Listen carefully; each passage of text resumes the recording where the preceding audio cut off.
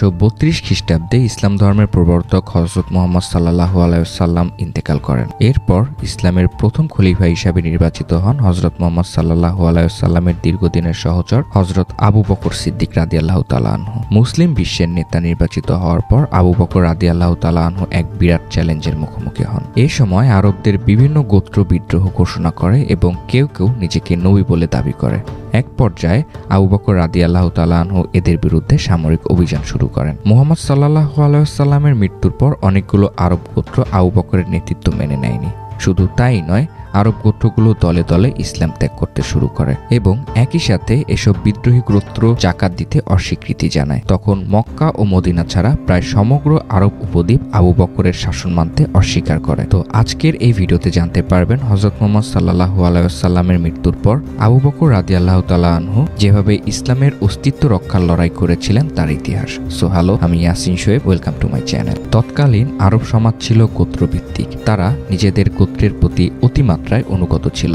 গোত্রপতি ছিলেন সমগ্র গোত্রের প্রতিনিধি, অর্থাৎ গোত্রপ্রধানের ধর্মগ্রহণ বা ধর্মত্যাগ করাকেই গোত্রের সিদ্ধান্ত বলে বিবেচিত হতো। তখন আরবের অধিকাংশ গোত্রপ্রধানই বিভিন্ন স্বার্থ হাসিলের জন্য ইসলাম ত্যাগ করে এবং যাকাত দিতে অস্বীকৃতি জানায়। গোত্রের যেসব লোক ইসলামের প্রতি অনুগত ছিল তারাও বহিষ্কারের ভয়ে মুসলিমদের পক্ষ নিতে পারেনি। তবে অনেকেই এসব বিদ্রোহীর বিরুদ্ধে রুখে দাঁড়ায়। তখন মূলত 4 ধরনের বিদ্রোহীর আবির্ভাব ঘটে। প্রথমত, যারা ইসলামের একাত্মবাদ ছেড়ে ইসলাম পূর্ব পৌত্তলিকতায় ফিরে যায়। তারা আল্লাহ তাআলার উপর বিশ্বাস হারিয়ে পুনরায় মূর্তি পূজা শুরু করে, তবে তাদের সংখ্যা কম ছিল। দ্বিতীয়ত, যেসব লোক যারা মুহাম্মদ সাল্লাল্লাহু আলাইহি ওয়াসাল্লামের মর্যাদা ও সম্মান দেখে সেই লোভে নিজেদেরকে নবী বলে দাবি করে। মিথ্যা নবুয়াতের এই দাবিদারদের অনুসারী ছিল তাদেরই গোত্রের লোকেরা। এই সময় যারা নিজেদের নবী বলে দাবি করেছিল তারা সবাই ছিল তাদের গোত্রের অত্যন্ত প্রভাবশালী মানুষ। সুতরাং গোত্রের খাতিরেও এসব প্রভাবশালী লোকের প্ররোচনায় অনেকেই সেসব নবী দাবিকারীদের অনুসরণ শুরু করে।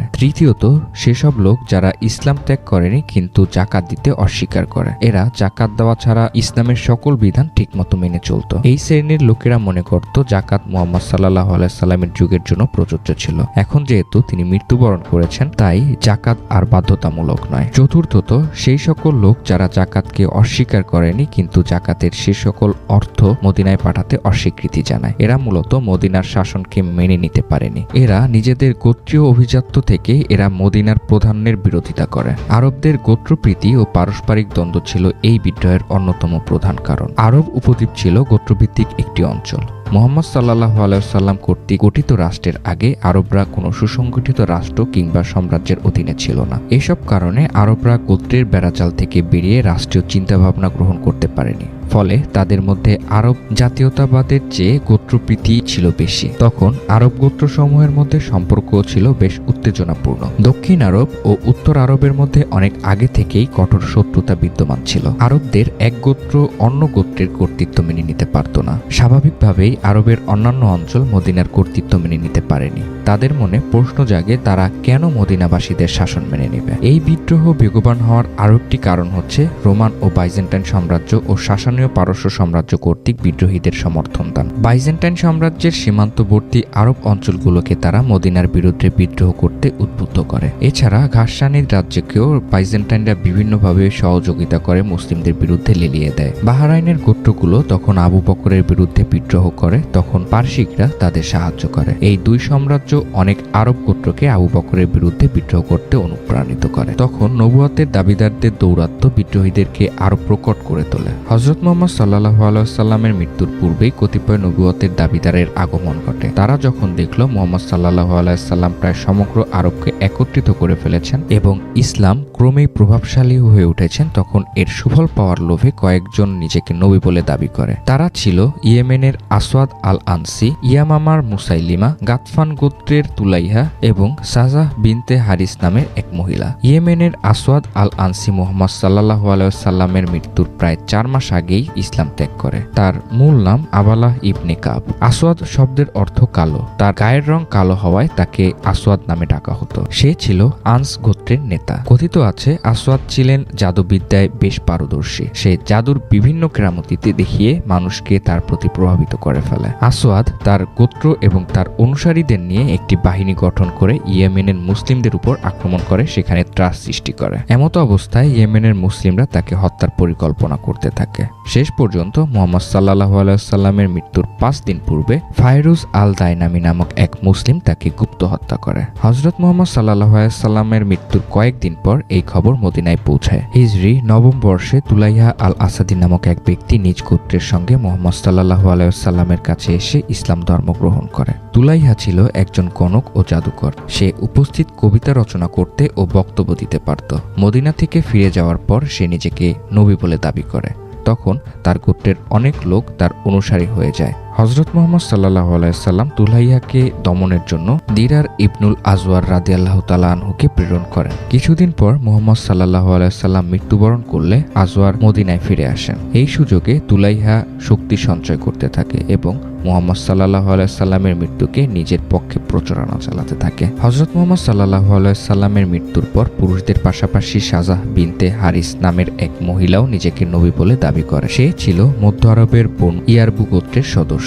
তাগলিব ও তামিম গোত্রের অনেক লোকই তাকে অনুসরণ করতে শুরু করে। নবী দাবিকারীদের মধ্যে সবচেয়ে প্রভাবশালী ছিল মুসাইলিমা। সে ছিল ইয়াইমামার হানিফা গোত্রের নেতা। নবম হিজরিতে হানিফা গোত্রের প্রতিনিধি দলের সঙ্গে সেও মদিনায় যায়। কিন্তু মদিনায় এসে মুহাম্মদ সাল্লাল্লাহু আলাইহি ওয়াসাল্লামের প্রতিপত্তি দেখে সেও আকৃষ্ট হয়ে নিজেও এমন প্রভাব প্রতিপত্তির মালিক হওয়ার স্বপ্নে বিভোর হয়ে পড়ে। ইয়ামামায় ফিরে গিয়ে সে নিজেকে নবী বলে দাবি করে এবং প্রচারণা চালাতে থাকে যে মুহাম্মদ সাল্লাল্লাহু আলাইহি ওয়াসাল্লাম তাকে নিজের অংশীদার হিসেবে স্বীকার করে নিয়েছেন। মুসাইলিমার প্রচারণার ফলে নিজ গোত্র সহ ইয়ামামার অনেক গোত্র তার অনুসারী হয়ে পড়ে। মুসাইলিমা খুব সুন্দর করে কথা বলতে পারত এবং সে খুব সুন্দর চেহারার অধিকারী ছিল। তার বিভিন্ন গুণের ফলে শীঘ্রই তার অনুসারীর সংখ্যা বেড়ে যায়। সে আরো প্রচারণা চালায় যে নামাজ ও জাকাতের কোনো প্রয়োজন নেই এবং মদ পান নিষিদ্ধ নয়। ফলে তার দল আরো বেশি ভারী হয়ে ওঠে। মুসাইলিমার অনেক অনুসারী তাকে মিথ্যাবাদী ও খারাপ লোক বলে জানার পরেও শুধুমাত্র গোত্রপ্রীতির জন্য তার অনুসরণ করতে থাকে। 629 সালে সংঘটিত মুক্তার যুদ্ধে শহীদ হওয়া মুসলিমদের হত্যার প্রতিশোধ নিতে মুহাম্মদ সাল্লাল্লাহু আলাইহি ওয়াসাল্লাম অত্যন্ত আগ্রহী ছিলেন। তাই মৃত্যুর কিছুদিন পূর্বে তিনি মুতার যুদ্ধে শহীদ হওয়া তার পালিত সন্তান জায়েদের পুত্র উসামার নেতৃত্বে বাইজেন্টাইনদের বিরুদ্ধে এক অভিযানের নির্দেশ দেন। কিছুদিন পর মুহাম্মদ সাল্লাল্লাহু আলাইহি ওয়াসাল্লাম মৃত্যুবরণ করলে নতুন খলিফা আবু বকর রাদিয়াল্লাহু তাআলা আনহু তার বাহিনীকে বাইজেন্টাইনদের বিরুদ্ধে অভিযানের জন্য প্রস্তুত হওয়ার নির্দেশ দেন। কিন্তু সমস্যা হলো তখন বিদ্রোহী আরব গোত্রগুলো সামরিক প্রস্তুতি নিতে শুরু করে। ফলে মুসলিমরা যদি বাইজেন্টাইনদের বিরুদ্ধে যুদ্ধে অবতীর্ণ হয় তবে মদিনার বিদ্রোহীদের আক্রমণ চালানোর সম্ভাবনা তৈরি হয়। তারা চেয়েছিলেন এই সংকটময় মুহূর্তে মুসলিমরা যেন একে অপর থেকে আলাদা না হয়ে পড়ে। এজন্য উসামা সহ অনেক নেতা খলিফাকে আপাতত বাইজেন্টাইন অভিযান স্থগিত পরামর্শ দেন। কিন্তু আবু বকর ছিলেন দৃঢ় প্রতিজ্ঞ।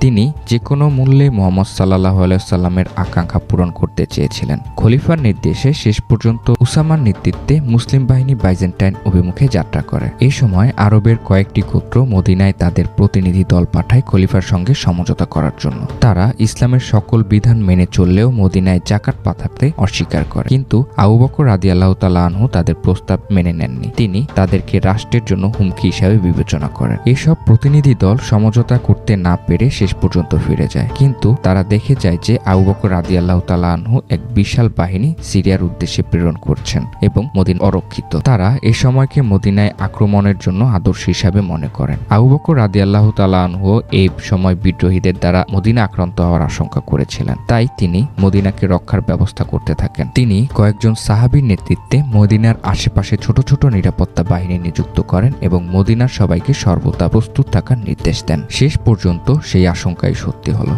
কিছুদিন পর কয়েকটি বিদ্রোহী গোত্র মদিনা আক্রমণের জন্য এগিয়ে আসে। বিদ্রোহীদের একটি অংশ জুহুসা নামক জায়গা অবস্থান নেয়, অন্য অংশটি মদিনার দিকে আসতে থাকে। এই খবর জানতে পেরে আবু বকর নিরাপত্তা বাহিনীকে যে কোনো মূল্যে তাদের অবস্থান ধরে রাখার নির্দেশ দেয়। মদিনা থেকে একটি বাহিনী নিয়ে স্বয়ং আবু বকর বিদ্রোহীদের প্রতিরোধে এগিয়ে যায়। মুসলিমদের তীব্র আক্রমণের পরিপ্রেক্ষিতে বিদ্রোহীরা দিশেহারা হয়ে পড়ে। বিদ্রোহীরা ভাবতেও পারেনি যে মুসলিমরা এমন কঠোর আক্রমণ করতে পারে। তারা হতভম্ব হয়ে যুদ্ধ থেকে পিছিয়ে যেতে শুরু করে। আবু বকর তার বাহিনী নিয়ে মদিনায় ফিরে মুসলিম বাহিনীকে আরো সুসংগঠিত করে। তিনি আশঙ্কা করেছিলেন যে বিদ্রোহীরা পুনরায় মদিনা আক্রমণ করতে পারে। বিদ্রোহীদের মদিনা আক্রমণের সুযোগ না দিয়ে আগেই আক্রমণ করে তাদের ধ্বংস করে দেওয়ার কথা ভাবেন তিনি। হঠাৎ আক্রমণ করে আবারও বিদ্রোহীদের অবাক করে দেয় মুসলিমরা। এবারও বিদ্রোহীরা প্রাণ ভয়ে পালিয়ে যায়। মুসলিমরা বিদ্রোহীদের জুল কাসান পর্যন্ত তাড়া করে। আবু বকর মুসলিম বাহিনীর একটি অংশকে সেখানে রেখে মদিনায় ফিরে আসেন। তখন সেখানকার আবস ও জুবিয়ান গোত্রের লোকজন মুসলিমদের ধোঁকা দিয়ে হত্যা করে এবং আশেপাশের মুসলিমদের উপর অতর্কিত আক্রমণ করে। মুসলিমদের উপর এমন অত্যাচারের কথা শুনে খলিফা আবু বকর রাদিয়াল্লাহু তাআলা আনহু অত্যন্ত ক্ষুব্ধ হন।